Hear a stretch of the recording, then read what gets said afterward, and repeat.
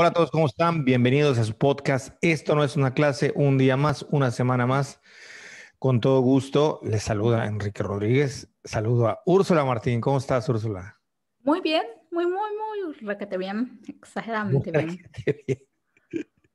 El saludito de siempre, ¿no? Ujú. ¿Tú qué Sí, porque tal? luego en el día a día, mi papá siempre me dice, la gente siempre me saluda hasta 3 veces y tengo que decir que estoy bien, ¿no? Entonces, ya ahora se vuelve mucho más retórico todavía en el podcast, ¿no? O sea, así como de, ¿cómo estás? Pues bien, güey, estamos grabando.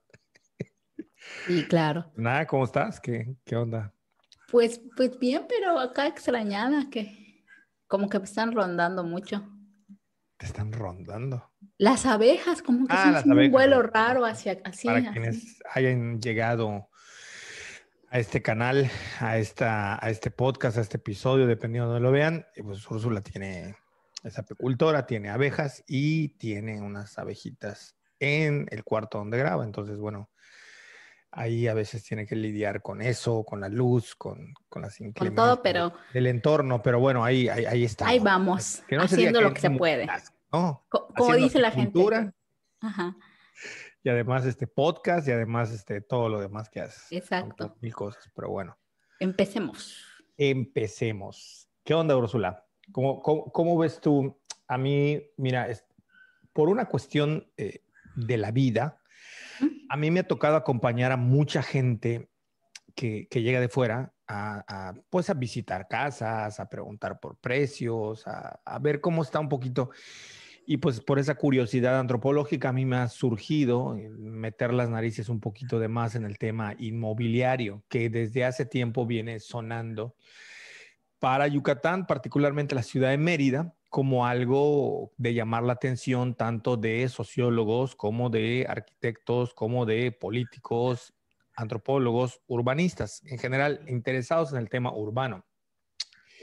Y a mí me ha empezado bueno, me empezó hace mucho tiempo, por lo menos unos 15 años atrás hasta ahora, el tema de cómo ocurre el crecimiento urbano de las ciudades, cómo impacta esto en el precio de las viviendas. Curiosamente, en el último podcast, quienes nos escuchan, si recuerdan, tocamos este asunto de la clase media que tiene que ver con el ingreso, con el gasto, y uno de esos parámetros que tiene que ver con el costo de la vida en general, tanto lo que una persona puede llegar a generar o a percibir, como con el tema de cuánto puede Perdón. tener de ingreso, tiene que ver con la casa habitación, y no solamente eso, sino con las características. Y yo me empecé a topar con varios temas y hoy vamos a hablar un poco, me gustaría tocar ese tema, espero que sirva y le sea de interés a la gente. En algún punto le será de interés a todos, a quienes piensen comprar, en algún momento comprarán o en algún momento rentarán. La cosa de lo inmobiliario no es un tema lejano, es más de nuestra vida cotidiana de lo que nosotros pensamos, las bienes raíces y todo ese tipo de cosas, ¿no? Entonces, hay un montón de mitos, de ideas, algunas equivocadas, algunas acertadas, muchas de opinión popular, en fin, otras de expertos, de brokers, en fin, hay un montón de cosas. Pero un poco para poner el contexto antes de entrar de lleno a la plática, es que yo me empecé a dar cuenta de cómo se catalogaba, digo, ojalá y hay expertos inmobiliarios que se dedican a esto y que puedan ayudarnos con los comentarios o a ponerse en contacto con nosotros si es que decimos alguna imprecisión, pero hay varios factores para determinar, por ejemplo, cuando se va a comprar una casa, que ya hemos dicho que Yucatán tiene uno de los costos más bajos en vivienda por mayor espacio, o sea, son varios los factores que entran, son casas con espacios muy amplios para el resto de la República, a costos muy baratos para el resto de la República. Esto lo dijimos el podcast pasado, pueden compararlo, pueden cuando quieran, internet está a la mano, hagan una comparativa de cuánto cuestan las casas en Yucatán, en Mérida y en otras ciudades o en otros estados y verán ustedes las diferencias. Es una de las cosas que importan para lograr darle un valor, el valor llamado catastral de la casa, es decir, el que se registra o el predio, es los metros cuadrados construidos. Y ahí es donde a mí me empezó a llamar la atención porque ese era el punto de partida. Distinto a ello será el valor comercial del inmueble. ¿Qué quiere decir valor comercial? ¿Dónde se ubica? Es decir, la zona en donde está. ¿Qué servicios tiene alrededor? ¿Qué es lo que hace que tenga mayor plusvalía?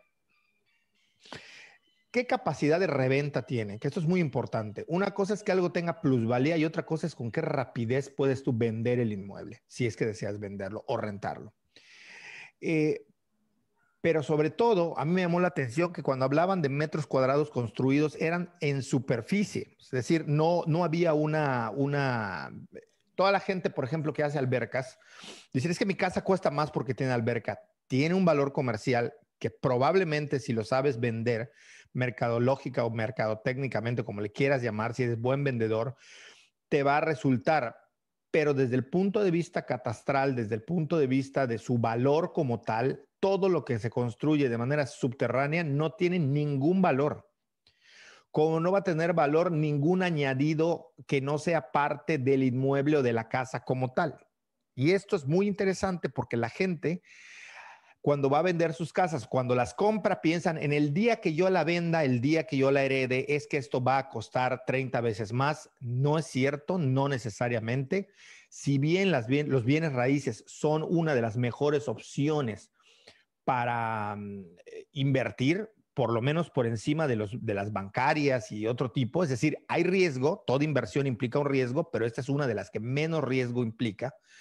Eh, es verdad que tampoco va a costar lo que la gente cree. Y lo otro es que la gente, sobre todo hablábamos en el otro episodio, estábamos hablando de cómo con base en, pues, algunos en aspiraciones, con algunos, sobre todo con emociones, que esto le gusta a los de la mercadotecnia, la gente compra basada en sus emociones. Entonces, a los bienes raíces o a las casas, a los inmuebles, le dejan una cantidad emocional impresionante. Y yo conozco casos por eso de gente que tiene años tratando de vender una casa y no la venden porque no les dan lo que creen que vale.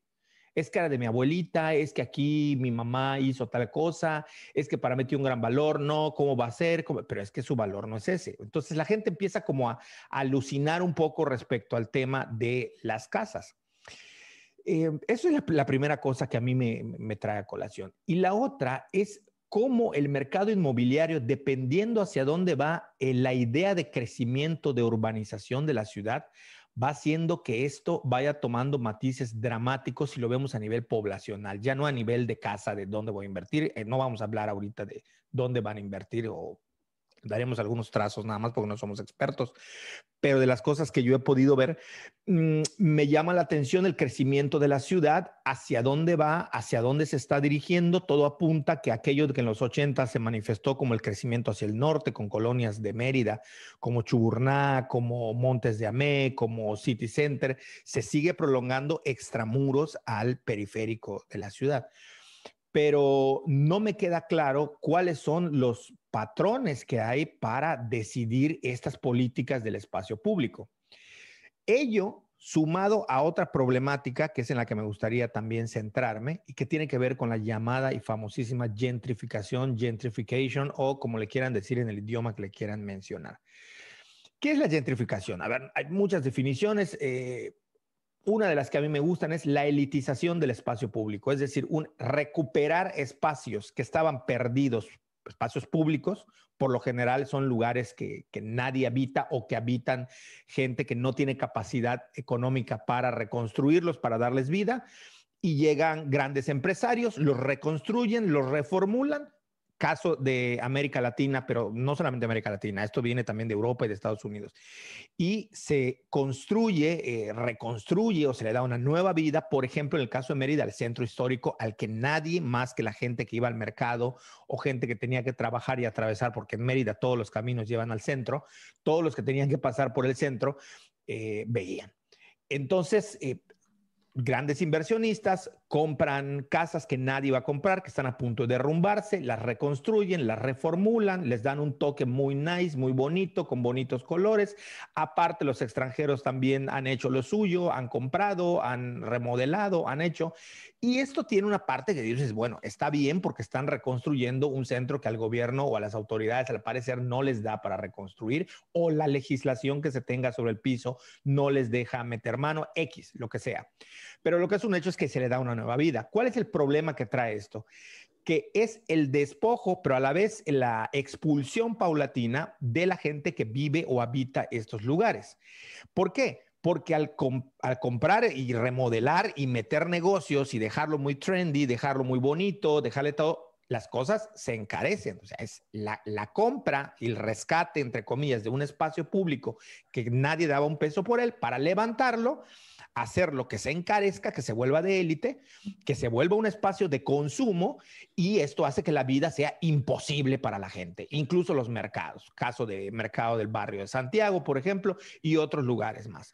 Entonces, esto ha hecho que el crecimiento hacia las afueras de la ciudad vaya aumentando. Yo no sé hasta qué punto realmente se está planeando en buscar una ciudad afuera del periférico, que ya luego hablaremos quizás de esto, porque es un tema aparte. El periférico de Mérida tiene unas particularidades culturales y de visión de la ciudad muy diferentes a otras partes del país. Pero me parece que esto es un problema. Yo sí lo vería como un problema que, si no se sabe amarrar a tiempo, no sabemos hacia dónde nos pueda llevar. No sé cómo lo ves tú. Bueno, yo tenía pensado de hablar de ciertas cosillas que te voy a comentar, que a mí, empezando porque el tema de la vivienda en Mérida es un tema caliente en todos los sentidos. Yo he visto canales de, bueno, lo que hace este coreano blog, ¿no? Que se Sí. dedica a lo de las casas y todo eso.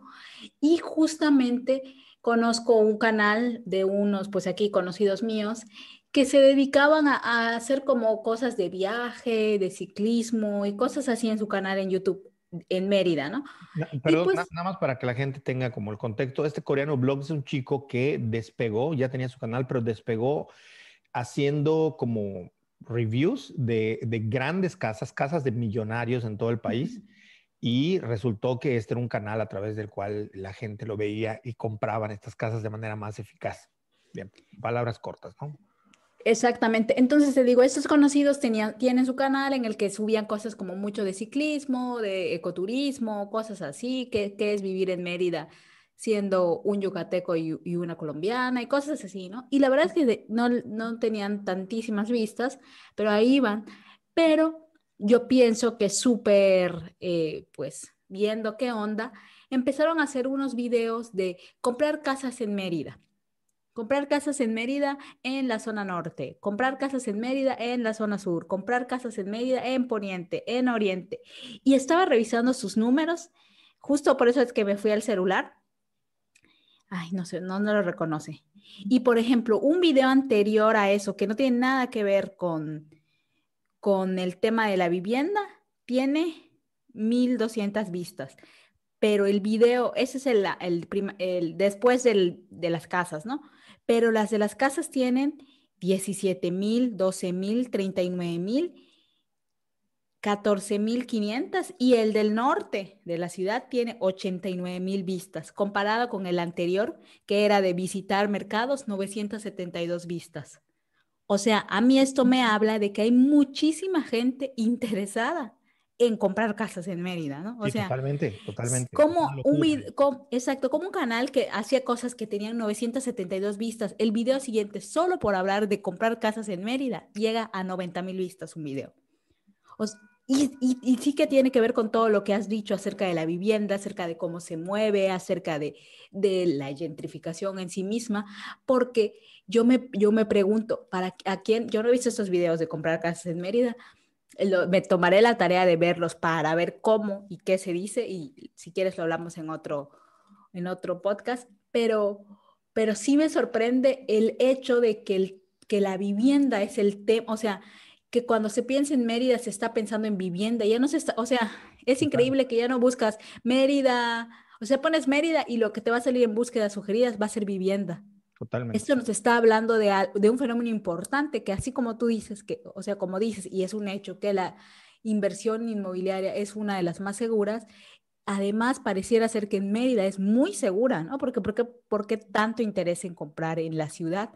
Y esta compra, como tú bien dices, también tiene que ver con la gentrificación. Lo que ha pasado en el centro es un caso especial, ¿no? Porque sí, te digo, cuando en el podcast pasado lo dije, y tiene que ver aquí de nuevo, cuando a mí me decía, cuando yo decía que iba a ir al centro por alguna razón, era como, ¿qué haces en el centro? A inicios de la segunda década de los 2000, ¿no? En 2009, que yo llegué, era como, ¿por qué te gusta ir al centro? Porque yo venía de una ciudad en la que el centro, pues es el centro y todo se hace en el centro y el centro sigue vivo y es para la gente de la ciudad. Entonces, y paulatinamente me tocó ver esa revitalización del centro con bares, con restaurantes, con el uso del espacio público para...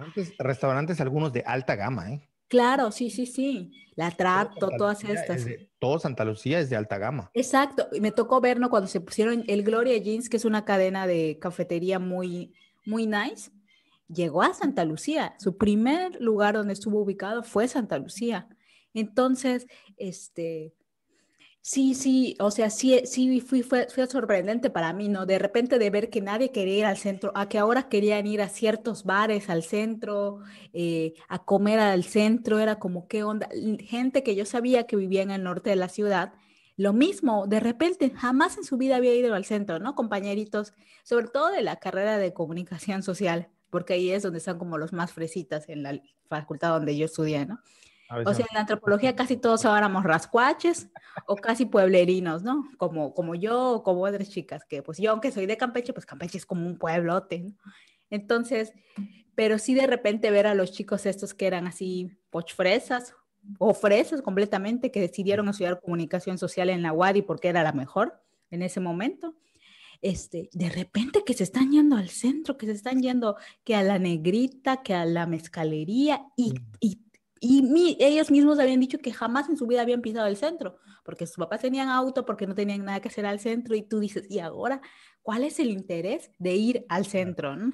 sí, se volvió un lugar de élite y fue una manera de atraer justamente a esta población de la ciudad. Yo nada más como anécdota les comento que yo por ahí del 2002, 2002, sí, 2003, yo estaba, 2003, 2004, de hecho, yo estaba dando clases en una escuela privada de bastante gente con bastante poder adquisitivo. Y en una ocasión, me avisan que no iba a haber clase, que se iba a suspender y me dicen, no, es que hoy toca la excursión de los muchachos. Estoy hablando de adolescentes de preparatoria, entre 15 y 18 años.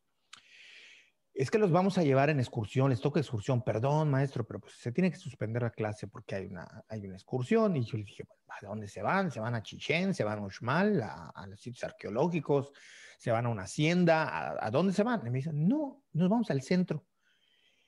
Y yo me quedé asombradísimo. Entonces, en ese momento no, pero días después, cuando pasé a la dirección a firmar algunos papeles, yo le pregunto a la directora, disculpe, ¿por qué los llevan de excursión? O sea, son dos mundos opuestos, eran dos mundos encontrados, o sea, así como la película Marte duele, o sea, no había, no había, o sea, yo era el Chacas ellos eran Renata. No se ofendan por la Chaca, yo me estoy asumiendo y me asumo quienes me conocen como Chaca. No me lo asumo de postureo, ni para vacilar, yo me asumo Chaca.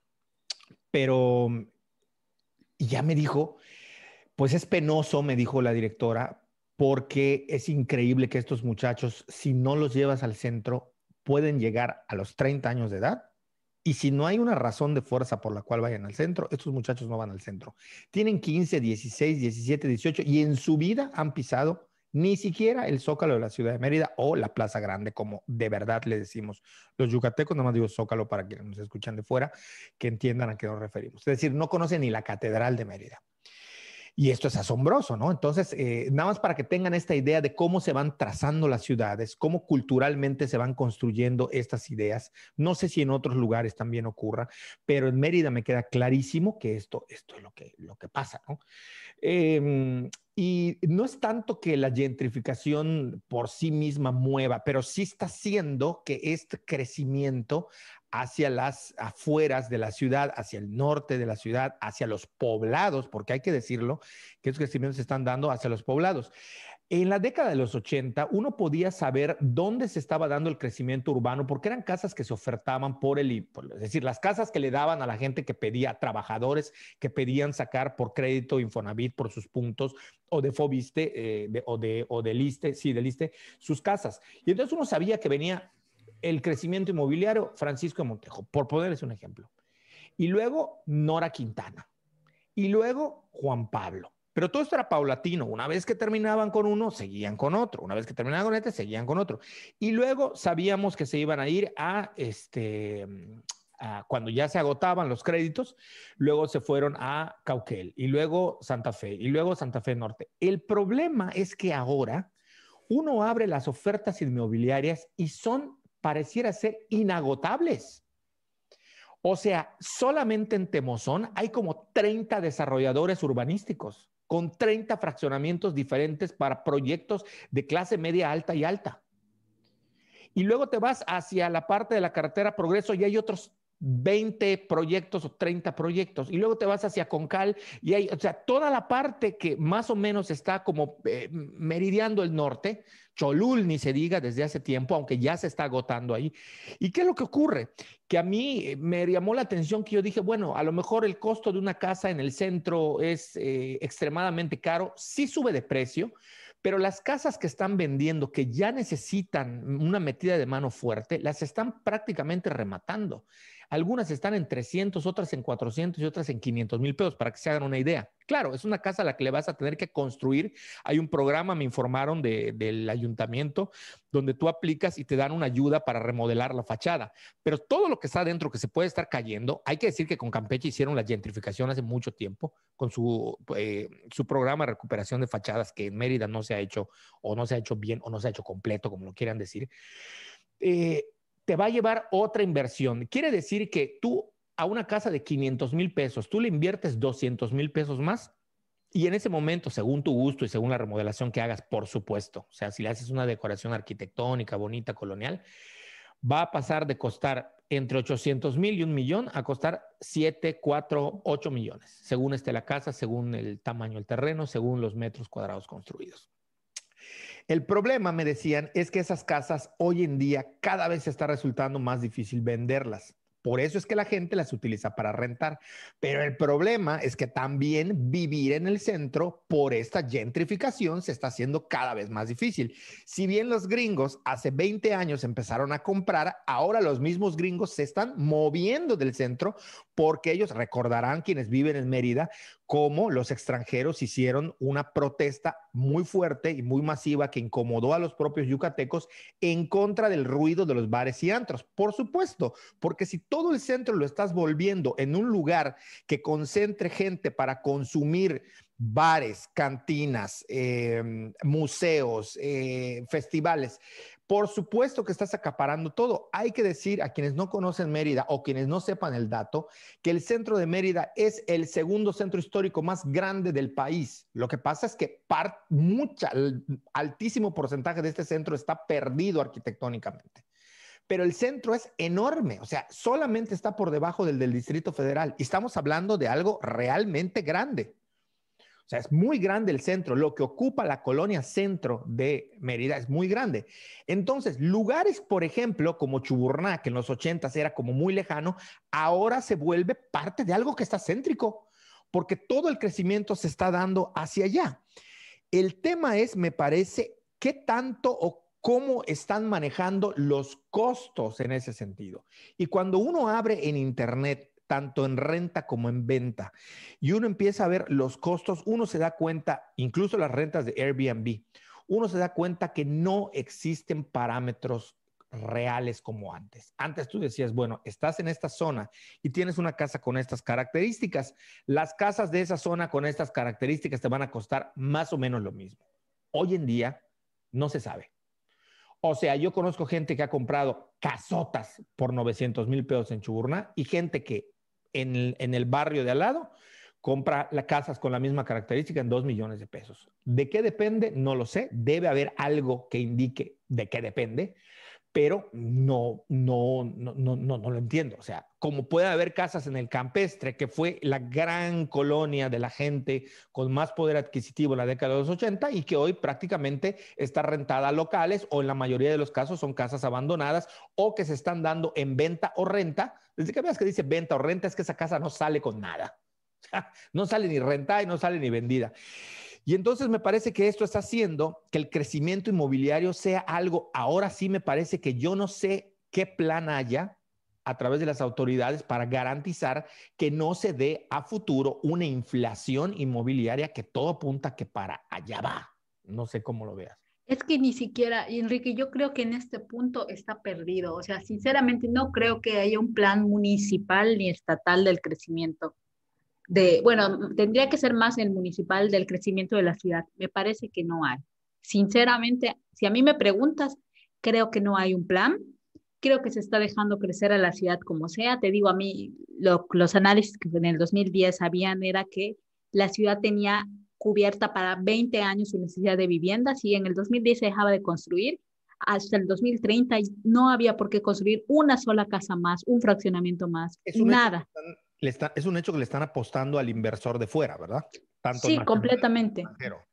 completamente. Y esto también pone, o sea, y suena va a sonar a populismo y cosas así, pero también el hecho que en general, aunque es barato, como hemos dicho, la vivienda en Yucatán, también hay que hablar que los sueldos de la gran mayoría de la población yucateca son de los más bajos del país. Sí. Y cada vez más es mucho más complicado para una persona promedio de Mérida hacerse de su casa. ¿Por qué? Porque se está apostando a construir, como tú bien dices, para gente de fuera.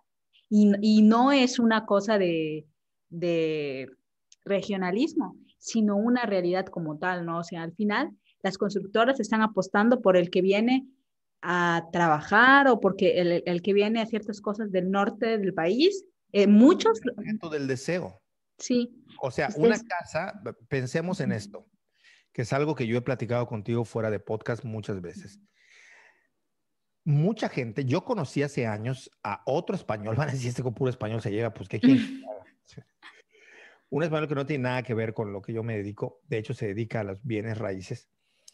Él me dijo que cuando llegó una de las crisis más fuertes de España, él se dio cuenta muy hábilmente pues, que vendría un trancazo para España muy fuerte.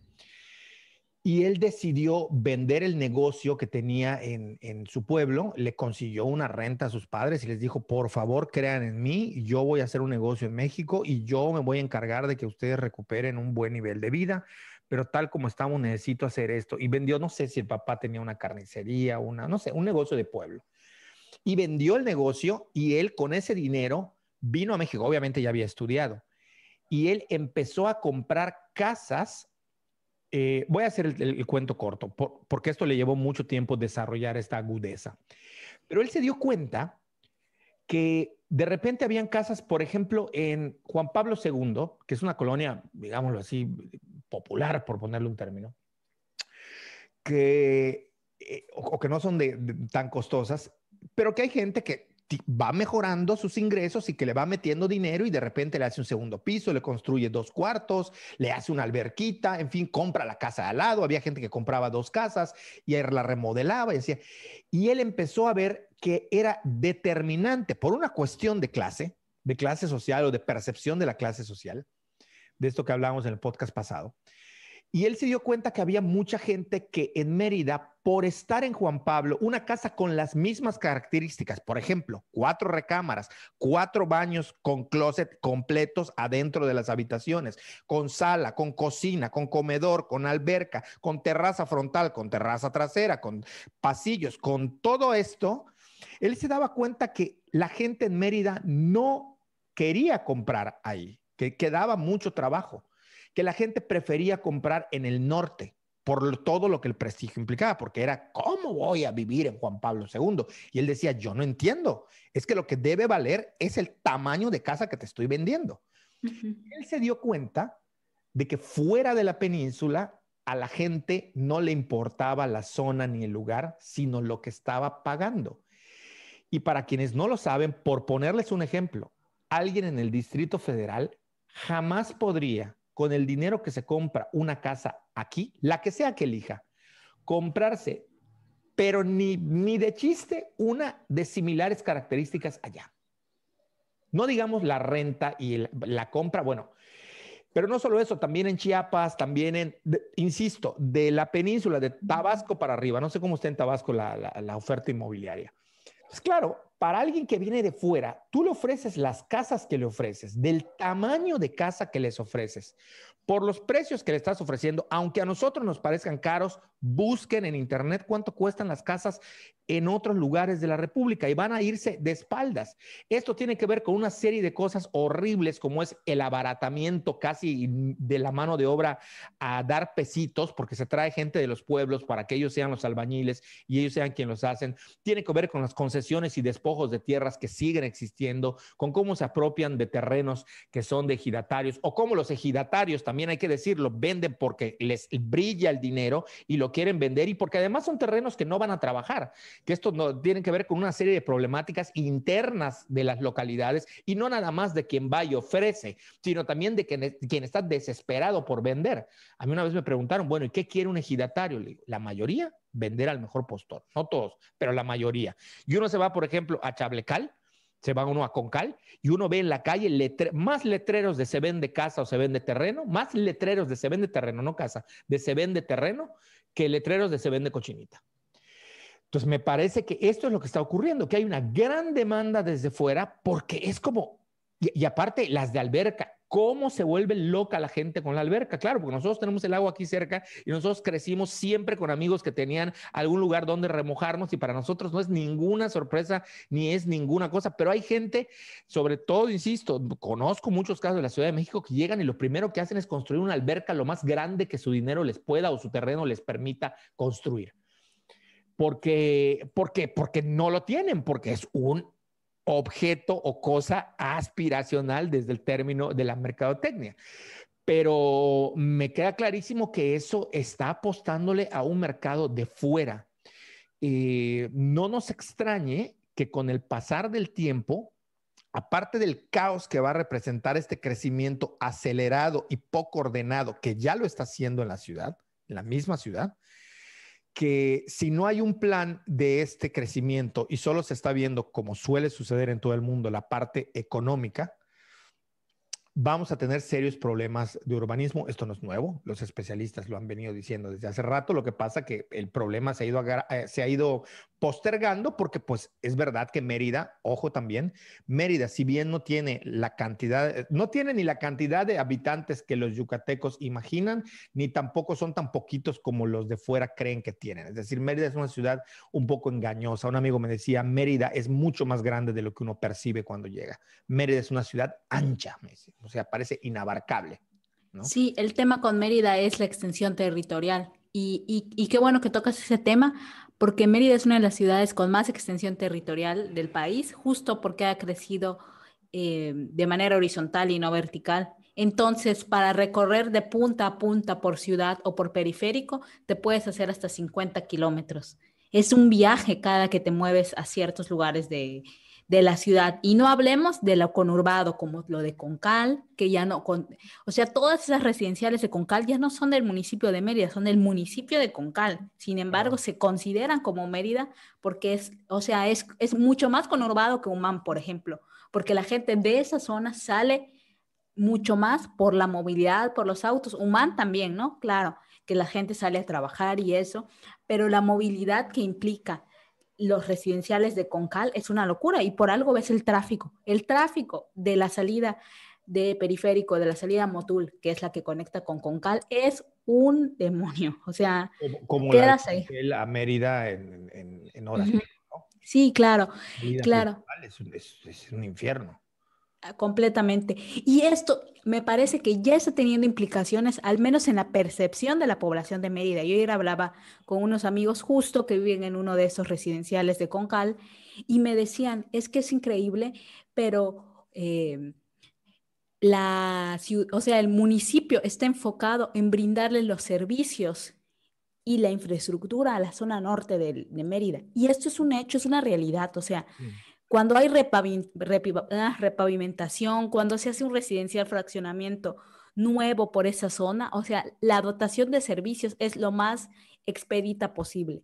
Mientras que cuando se hacen en ciertas zonas de la ciudad, sabemos la historia, ¿no? Lo que tarda en llegar los servicios, sabemos el tiempo que implica que se haga una repavimentación completa, como se ha hecho en el norte en estos 12 últimos años. Sí. Es impresionante versus que yo sepa, por ejemplo, en Ciudad Cauquel jamás ha habido una repavimentación, jamás. Es un tapadero de baches. Y no quiero saber cómo será en el sur de la ciudad, ¿no? Entonces, sí me parece que ya en este momento se está presentando ese panorama, ¿no? Al final se van a priorizar ciertas zonas de la ciudad mucho más evidente si se sigue creciendo así, porque un municipio, no, por muy ancho que sea, por muchas entradas que tenga de impuestos y de recursos a través del Estado y la Federación, le va a ser imposible seguir brindando todos los servicios con la misma calidad si se sigue creciendo así. Y te digo que me parece que ya estamos ante una muestra, ¿no? O sea, y es evidente que se privilegia cierta zona. Y sí, aquí se utiliza la palabra privilegio porque también tiene que ver Sí, con que claro. es el lugar donde habitan los dirigentes de la ciudad. No, y Y hay una intención desde quien toma las decisiones de darle ese privilegio. Eso es privilegio. sí, O sea, sí, eso es completo. privilegio. No naces con eso, te lo Ujú. da quien gobierna. Y eso es muy cierto. No nos vayamos lejos. Cuando los últimos huracanes que tumbaron la luz y algunos servicios básicos en la ciudad, primero atendieron primer cuadro de la ciudad y después zona norte. Así fue, o sea, tal Sí. cual lo estás diciendo. O sea, los primeros en tener electricidad, obviamente son el centro, porque ahí pues está el centro de servicios, Ujú. pero luego fue la zona norte. O sea, no fue Sí, aquí parejo, hicieron su no fue una huelga. escala como, bueno, tenemos un plan y nos vamos a ir haciendo con círculos concéntricos, ¿no? Que nos vayan Ujú. llevando. No, fue centro y norte. Van a decir Sí. a lo mejor quien nos escuche y si está metido en eso que no es cierto, pero bueno, una cosa es lo que se dice y otra cosa es la que se ve y la que se hace. Claro, no, aquí hubo una huelga. Lo que pasó que se tomaron la carretera, aquí se tomó la carretera a Mérida-Tetis porque no llevaban 7 días sin luz los de la herradura y decidieron ya tomar la carretera, que es rarísimo también que suceda en Yucatán. Pero ya estaba muy molesta la población y justo lo que se decía es eso. Al alcalde lleva días en las Américas, lleva días por ahí, no sé cómo se llama ese, las fincas, lleva días por allá y aquí ni siquiera se aparece, ¿no? O sea, fue un reclamo directo y muy, digamos, muy dirigido por las zonas. Y te digo que a mí me parece que se tienen que tomar cartas en el asunto por 3 puntos, ¿no? El primero, porque si no se regula, al final, la idea de un mercado que se autorregula, hay que entender que son tipos ideales y que siempre tiene que haber una intervención, aunque sea como gestor de procesos del Estado. Y eso tú lo has dicho Totalmente de muchas acuerdo. veces. Totalmente. Entonces, con la industria inmobiliaria ya hay ejemplos que si no se ponen regulaciones, se explota por completo. Y esto puede llegar a pasar. Dos, no va a haber vivienda para el yucateco de a pie, ¿no? O sea, un yucateco de pie al que se le paga un salario mínimo y que gasta un montón en transporte porque está mal planeado el transporte en Yucatán, se va a quedar sin poder acceder a casas, ¿no? O sea, eso es No un solo hecho eso, igual. tú tocabas un punto muy interesante y es que si bien las casas y la oferta inmobiliaria sigue siendo barata con respecto al resto del país, muy barata, por unos servicios y unas casas espectaculares Ujú. en tamaño y en arquitectura, lo que eso está haciendo es que las casas que son de interés social también se están encareciendo, Sí, obviamente. Entonces, casas que antes costaban 400,000, 500,000 a pagar a 15, 20 años o más, ahora ya están costando 800,000. sí, Cuando que completamente. hace 10 años una casa de estas, de estas, por ejemplo, de Santa Fe, de clase media alta, te costaban eso, 900,000 y pico. Bueno, ahora esas ya están como en los 2 millones o más y las casas de interés social ya están en 700,000, Pues 800. la que vivo, ¿no? Estamos hablando de que una persona que gana salario mínimo y que está juntando puntos y quiere comprar su casa, va a tener que pagar más por su casa. Claro, no. Aquí en el fraccionamiento, ajá, Yo sí. no sé cómo explicarlo, seguramente tú encuentras una mejor forma, pero si bien uno dice, bueno, sí, el otro sube su valor, pero lo que tú compras también sube su valor, sí, pero no. El problema está a la hora de venderlo, que cuando tú vendas, te van a poner en una situación de desleal o no desleal, sino de desventaja competitivamente hablando. Claro, por Es decir, supuesto. sí, estás comprando algo de más valor y la lógica dice que eso va a ser una inversión de mayor retorno, de mayor valor. El problema es que a la hora de vender y entrar al mercado, va a tener siempre ventaja la otra casa, la grandota, la que está en la zona nice, sobre ti. Y la otra cosa de la que no se ha hablado, que el yucateco promedio no quiere vender su casa. O sea, y en general el mexicano compra su casa y es para toda la vida. Entonces, a mí como alguien que quiere tener su patrimonio, que entiende su casa como el patrimonio de su vida, ¿para qué madre me sirve que siga y siga y siga aumentando el costo de la vivienda si al final cuando yo quiero acceder a mi vivienda me va a costar un y el otro poder acceder a ella? Y Claro, el pero el descuento, tema es que siempre se piensa en los imprevistos de la vida, ¿no? Siempre se claro, piensa en ese sentido. Y entonces se sí. dejan los hijos. Pero lo que también nos demuestra lo que ocurre en Mérida es que el yucateco también tiene una idea, y digo yucateco porque yo esto, por ejemplo, en la Ciudad de México todo el mundo renta. Hay otras problemáticas, hay otros condicionamientos sociales, hay otras estructuras, hay otras cosas, pero otras condiciones, no condicionamientos, otras condiciones sociales. Pero en Mérida se sabe, en Yucatán, que el yucateco tiene que tener su casa. O sea, aquí nada de rentar. O sea, vayan ustedes a un lugar donde se rentan departamentos y van a darse cuenta que la mayoría de los que rentan son gente de fuera, o extranjeros o nacionales, pero de fuera, no son yucatecos. La Sí, sí. mayoría, el 90 y pico por ciento de los que están en edificios donde se rentan apartamentos, van ustedes a ver que son no yucatecos. La mayoría del yucateco tiene esta idea de tener su casa o se le hereda la casa y se queda. ¿Qué es lo que pasa? Que como todos van teniendo sus casitas, van sacando sus casitas, la idea del padre de voy a dejar mi casa para mis hijos, cuando los padres mueren, la casa se queda y ahí por eso van a ver quienes vengan de fuera, todos les llama la atención la cantidad de casas que hay en venta o en renta o abandonadas. Hay algunas que ni siquiera están en venta o renta. La cantidad de predios abandonados porque no da, no logra abarcar no hay un balance entre la oferta y la demanda. Es decir, la gente se queda con las casas de los padres, no la quieren remodelar, la quieren vender y sacar el dinero, quieren siempre todos ganarle una millonada a una casa que ni siquiera se meten a averiguar cuáles son los costos, cómo está evaluada, cuáles son los requerimientos, no saben nada, simplemente vuelvo a esto de la emocionalidad, creen que su casa vale un montón, porque además hace 20 años que la tienen y seguramente ya cuesta el 10 veces más de lo que lo compraron, y no es así, porque hay procesos de subida y bajada en el mercado, porque hay procesos de inflación, o sea, porque hay un montón de cosas detrás, y sin embargo la gente cree esto. ¿Y qué es lo que ocurre? Que van teniendo casas que no venden, que no venden, que no venden, que no venden, y que se van quedando y se van pudriendo hasta que se caen.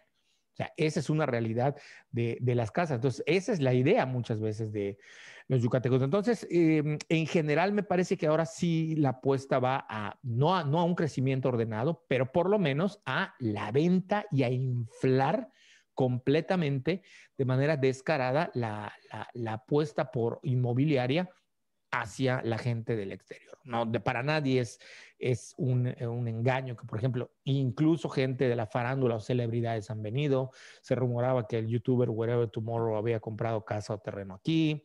Margarita, Magaña. Ah, la reina de la cumbia, sí. la reina de la cumbia, ¿no? Sí, también Margarita Magaña, la actriz de Margarita Televisa. Magaña, Niurka Marcos, en fin, un montón de gente, celebridades que están viniendo a mirar. Lost en el Gabacho, esta señora influencer. Eh, en fin, que hay como esta idea de sí, bueno, hay algunos anuncios, véanlo también, ustedes ven y dice, ven a vivir a Mérida, la ciudad más tranquila del país, o sea, la ciudad más segura del país, no tranquila, más segura, también es tranquila, la ciudad más segura del país. Y es una realidad, o sea, vayámonos a los números y si por ciudad más tranquila nos referimos a la cantidad de gente que muere violentamente, vamos a ver que sí, que Mérida tiene números, sigue teniendo afortunadamente números muy bajos. Esperemos que así se mantenga, no sabemos, eso está fuera de nuestras manos y no sé si está del gobierno, pero o de qué argucias políticas esto se mantenga. Pero sí me queda claro que es esto, una oferta buscando atraer inversionistas de fuera y tratando de poblar fuera de las fronteras del periférico. Sí, completamente. Yo pienso exactamente lo mismo, pero sí, sí pienso que es un buen momento como para, no sé cómo, no sé quiénes tienen que hacerlo, pero para empezar a poner regulaciones, ¿no? Porque está cañón. Y también te voy a decir algo, muchos de los fraccionamientos pensados para clase media, media típica, media aspiracional, que así se llama la clasificación, perdónenme, pero así se llama, este cada vez más van reduciendo el terreno, el terreno construido. Y Sí. eso me sorprende. Por ejemplo, fui a ver unas casas por Los Héroes, ¿cómo se llama? No me acuerdo cómo se llama este fraccionamiento residencial. Y ya tienen de frente construidos 6 metros, cuando normalmente tienen 7 u 8. La mía tiene creo que 8 de frente. Y la compramos bueno, la compró mi papá, no van a creer que yo. La compró en 2016 y me sorprendieron los precios de esas que fuimos a ver, bueno, que fui a ver, que están a partir de, la más barata creo que a partir de 800,000. Y dije, ¿qué onda? En 6 años está en el oriente cercano al norte, está justo frente a Los Héroes, está yendo hacia norte, ¿no? De oriente a Todo norte. va para allá, todo va para allá. Ujú. Entonces sí me sorprendió el costo, ¿no? Dije, guay, están de 6 metros de frente, que eso una casa de un yucateco es raro, ¿no? O sea, una casa de 6 metros de frente, evidentemente no está pensada para un yucateco, está pensada para, yo creo que justo esa zona está pensada para chilangos. ¿Por qué? Porque es quien con 6 metros se siente súper cómodo, porque una casa de interés social en la Ciudad de México es de 4 de frente, o sea, 6 es un palacio, No, pero yo, o sea, es un hecho que a nivel de venta de atractivo, todos se van de espaldas. Cuando ven los costos y el tamaño de la vivienda en Mérida, todo mundo se va de espaldas. Todo sí, mundo. claro. No lo pueden creer, no lo pueden creer. Sí, Son no, no. anchísimas, grandes. No, y cuando es una casa que no es de fraccionamiento, sino una casa que tú construyes peor, o sea, por ejemplo, yo que No, pasé de una casa de una colonia en Campeche a mi casa esta de fraccionamiento, sentí que era chica, ¿no? Pero cuando la han visto mis amigos, pues de fuera, es como está gigantesca tu casa, ¿tú qué haces en esta casa? Siempre lo recuerdo de esta chica caricaturista que cuando me trajo unas cosas me dijo, ¿vives tú sola en esta casota? Y yo, pues yo ni siquiera la siento grande, ¿no? Pero sí, sí es son esa nuestros percepción. parámetros, son nuestros parámetros. De Ujú. hecho, un amigo me decía, pareciera ser que la gente está compitiendo, o sea, unas casas. O sea, y no digamos los casos de gente que conocemos que tienen mayores ingresos, que construyen Sí, casas que parecen haciendas. sí, sí, sí, no, O hombre, sea, no, casas en la ciudad. O sea, no te hablo de pueblos, casas en la ciudad que parecen haciendas. O sea, que es brutal. Tú dices, bueno, unos techos como de 20 metros de alto. Digo, ¿y esto qué es? sí, no manches, no manches. Pero sí también eso tiene que ver con completamente aspiración. Yo, cuando entré a una de esas tipo de casas, tipo hacienda, dije, guay, pero sí noté ese aire porque por mi trabajo anterior entré a una hacienda, o sea, que es una hacienda particular, que es habitada y o sea, fue así, fue entrar a uno de esos mundos que tengo negado, pero que por azares del destino logré acceder, ¿no? Y fue a la bestia, así viven los ricos verdaderos de México, pensé. Y sí, justo porque es de estas famosas 10 familias de México, ¿no? O sea, es la casa de Sí, una de sí, sí, esas sí, sí. 10 familias de México y es su casa de vacaciones, ¿no? Dije, Sí, a la bestia, o totalmente. sea, así viven. O sea, tienen 4 comedores, Sí, tienen yo, a la, así sí me quedé sorprendida realmente. Fue como claro, esto, nunca lo había visto y supongo que nunca lo volveré a ver, ¿no? Pero sí fue claro. sorprendente, completamente. Sí, sí, sí. Ahora me está sonando a mí aquí es que yo no sé si tú lo oyes, pero hay un ruidazo de alguien que parece que vino con la venta del tianguis completo. No No es, lo escucho, no lo no, escucho. tendría yo que hacer pausa, pero no. Si no se escucha, no voy a hacer Qué pausa. bueno, no, A no, no, ver, no se no es escucha. decirle a la gente que está mal lo que están haciendo, ¿eh? Porque luego la gente siempre se Se autoadjudica siente. las cosas que se dicen como país. No es para nadie. Esto es una charla abierta sobre una temática que me parece que tiene sus pros, pero que creo que a futuro va a tener más contras si no se controla. Compren, o sea, ustedes inviertan, me parece muy acertado, siempre va a ser mejor, una casa, depende cómo se use y cómo se vea, puede ser algo que les reditúe. Eh, no me quiero meter en cuestiones de inversión y demás, porque tampoco soy ningún inversionista, pero sí, a ver, hagan lo que quieran, disfruten, tengan tú para reírte apagas, pero te estornudas y te... No logré silenciarlo contra. No, es broma, es broma. Algo tengo que decir porque estuvimos muy serios en este podcast y luego algunos que nos escuchan, que nos mandan audios de carcajadas, no van a tener su carcajada del día, ¿no? Parece ser como Exacto. que tenemos que darle nuestras dosis de carcajada, pero no es que lo propongamos, es que así sale. No manches, de haber sabido le poníamos ese título. Mi abuela come popó de perro. A la anterior. Hubiera sido un éxito. Hubiera sido un éxito. Pero sí, a ver, la idea es ustedes compren, o sea, está bien, construyan, aprovechen, hagan sus casas grandes. Solo sí creo que a futuro hay que pensar en qué tipo de inversión se está haciendo y de qué manera, cuándo saber desprenderse y cuándo decir es el momento de vender, porque otros países nos han dado la pauta. Lo que pasó en Estados Unidos, lo que pasó no nos vamos a meter a cuestiones de cómo la renta, el Estado, o sea, en esas cosas no nos vamos a meter porque son más complicadas. Podría dar, pero es muy técnico y muy complicado. Pero, por ejemplo, España tuvo una inflación inmobiliaria terrible. En París, el otro día veía una chica youtuber que decía, ay, llegué a París. Y era ridículo el espacio de pequeño donde se estaba hospedando. Era así como, créeme que en tu casa hay más espacio que ahí donde tú dices que es tu sueño estar. O sea, sí estaba en París, sí veía todo muy bonito, pero la casa donde se estaba quedando era, no puedo describirlo. O sea, yo creo que Minúscula. era de 4x4, pero ahí había cocina, pero ahí había baño, pero ahí había boiler. O sea, el boiler está encima de tu cabeza del inodoro y luego hay o sea, horrible, horrible. Y muchas cosas así son en estas ciudades. Y en Estados Unidos ocurrió, y ha ocurrido en un montón de lugares. En mismo México en algún momento también sucedió. Y en fin, que estos fenómenos afectan y que la gente, pues, no, que inviertan en eso, sí, que no estamos diciendo que no lo hagan, aprovechen, o sea, háganlo ahora que se puede.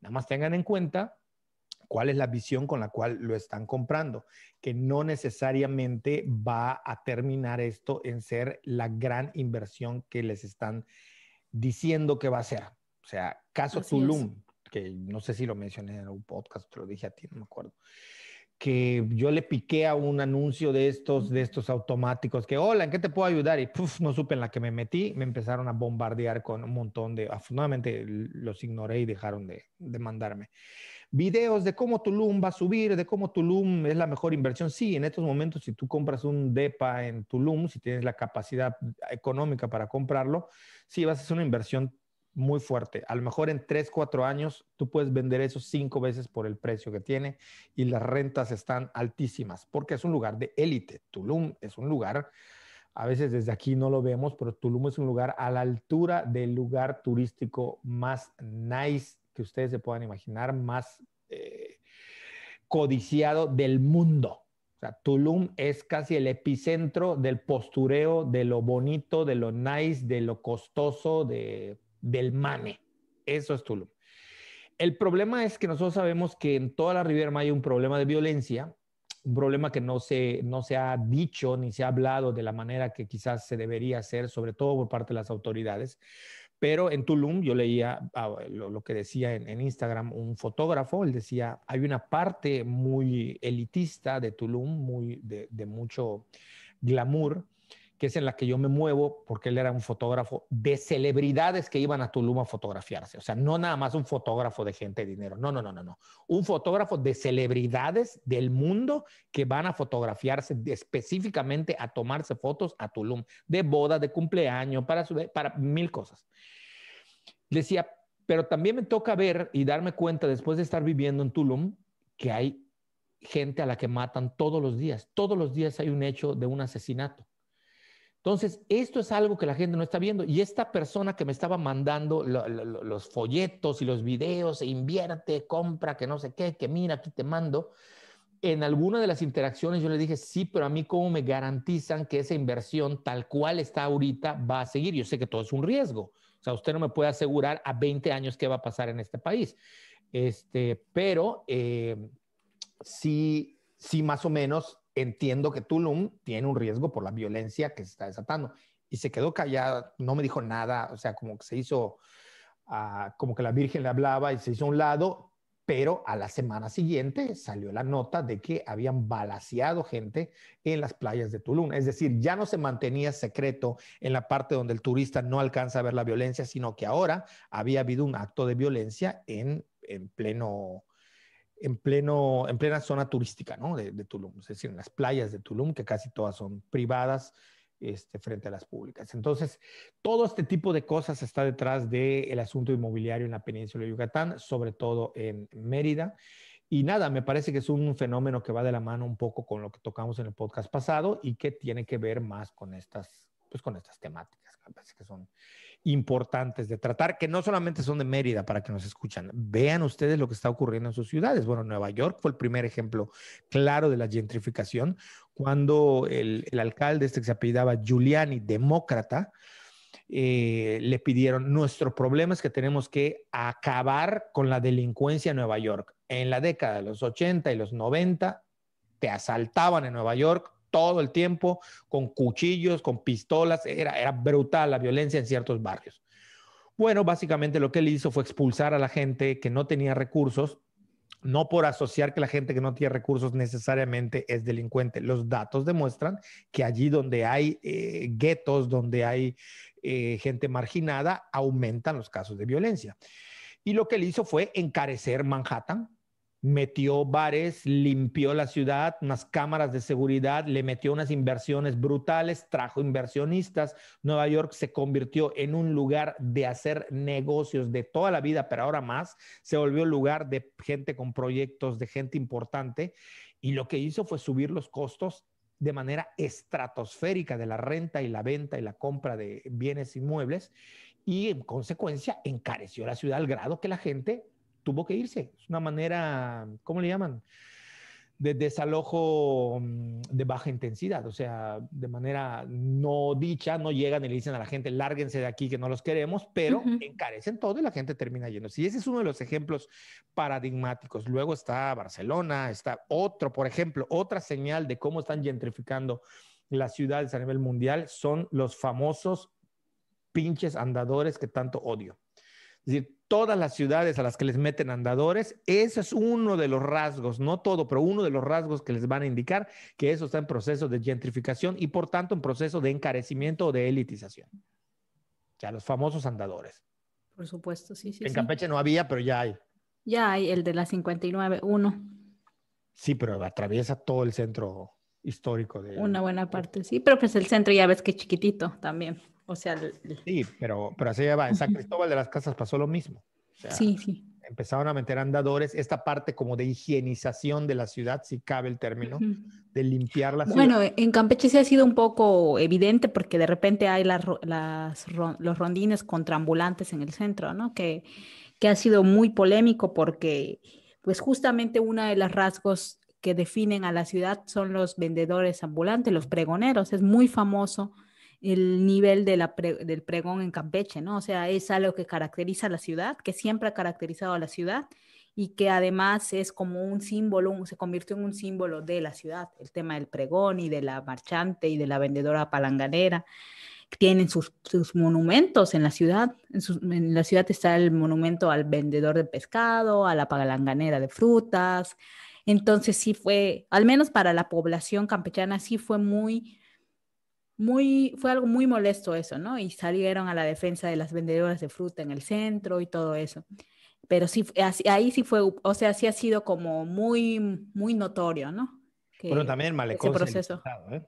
Sí, el malecón, o sea, el hecho. Los restaurantes Ujú. hicieron a un lado a los pescadores, Sí, entre Afor- este problema, ¿no? De sí, cuánto general se está generando de recursos para trabajos y cuánto se está desplazando a otra. exacto.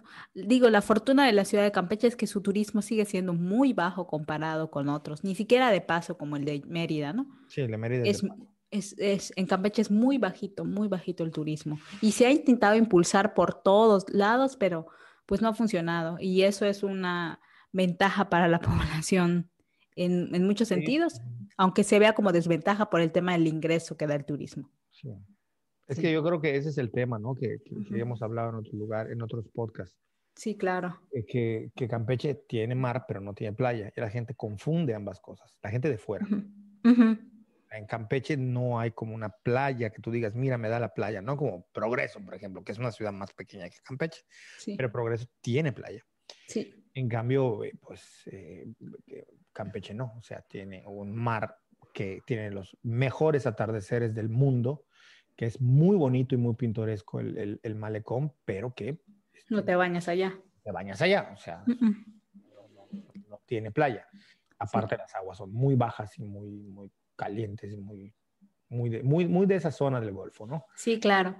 Pero, Es- pero sí, sí, sí, como tú dices, es un proceso, o sea, hay que observar la ciudad donde vivimos para saber en qué va, porque me parece que Hay esto que, es un hay que proceso. observarlo un poco. Además, no lo quise decir tal cual, pero esa es otra de las grandes cosas a través de las cuales se hace democracia, no votando nada más. La democracia no empieza y termina alrededor de una urna. La democracia está también en saber cada día aprender a hacer ciudadanía, y una manera de ser mejor ciudadano es informarse. Y me parece que esto es algo que tiene que estar en la conversación porque sí llama la atención, sobre todo, insisto, para el caso de Mérida, cómo está creciendo de forma ya increíble. Entiendo que esto va, insisto, para gente que viene de fuera.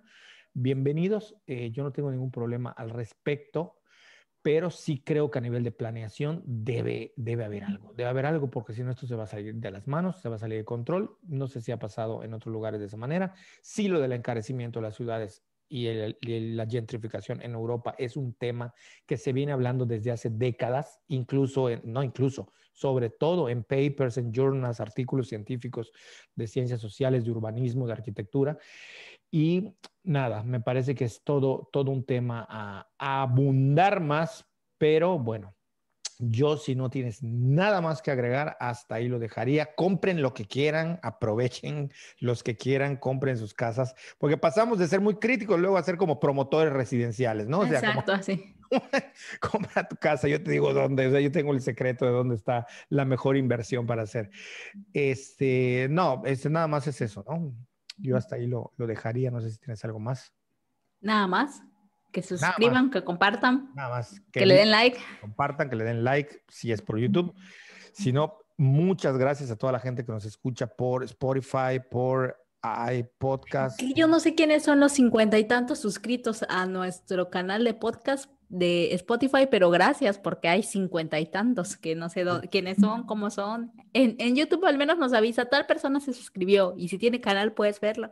Pero ahora sí que en Spotify son desconocidos, pero gracias por No estar allí. desconocidos, pero conocidos y agradecidos con que se vayan sumando Claro, al podcast y que nos escuchen, que tengan la paciencia de escucharnos. Esperamos darles un entretenimiento o, en su defecto, un buen ruido de fondo para cuando estén lavando los exacto, para lavar platos los o trastes atendiendo a la familia o haciendo lo que sea que estén haciendo. A o lo mejor manejando, lo que sea. manejando el carro. A mí me encanta escuchar podcast manejando el carro y bañándome. Cuando me baño, pongo mis podcasts, fila de podcasts, ¿no? Que ahora, a ver, nada más antes de cortar, yo soy partidario. Un podcast, ya lo hemos dicho, es una charla a través de un medio digital larga para mí. Para mí eso es bueno. Hay gente que tiene podcast de 15 minutos, de 10 minutos, no pasa nada, está bien. Pero en general el podcast, la idea es tener estas charlas como grandes, como largas, como dar una charla tal cual, ¿no? Pero yo cada vez veo podcasts que están pegándole a las 3 horas por los que se quejan de nosotros. Hay podcasts que están en las 3 horas, las 2 horas con 40, 2 horas. Ya la hora se está quedando corta como medida de podcast, ¿no? Y también la forma de consumir los podcasts, pues es eso. Cuando tienes tiempo, difícilmente alguien se va a sentar exclusivamente a dedicarte 3 horas para escucharte de un No, tipo. no, no, no. Eso no va a pasar. O sea, no lo haces tú, no lo hago yo, no lo hacen los que conozco, pero es la forma y el formato de los podcasts. Y bueno, este está hecho en formato de podcast. No hacemos retos, Exactamente. no hacemos retos de nada de eso. Pues nada, yo hasta aquí lo dejaría, Úrsula. Que tengan Nos todo el vemos. mejor de los días, tardes, noches, a la hora que sea que lo estén escuchando. Y nos vemos hasta el próximo episodio. Hasta luego. Chau.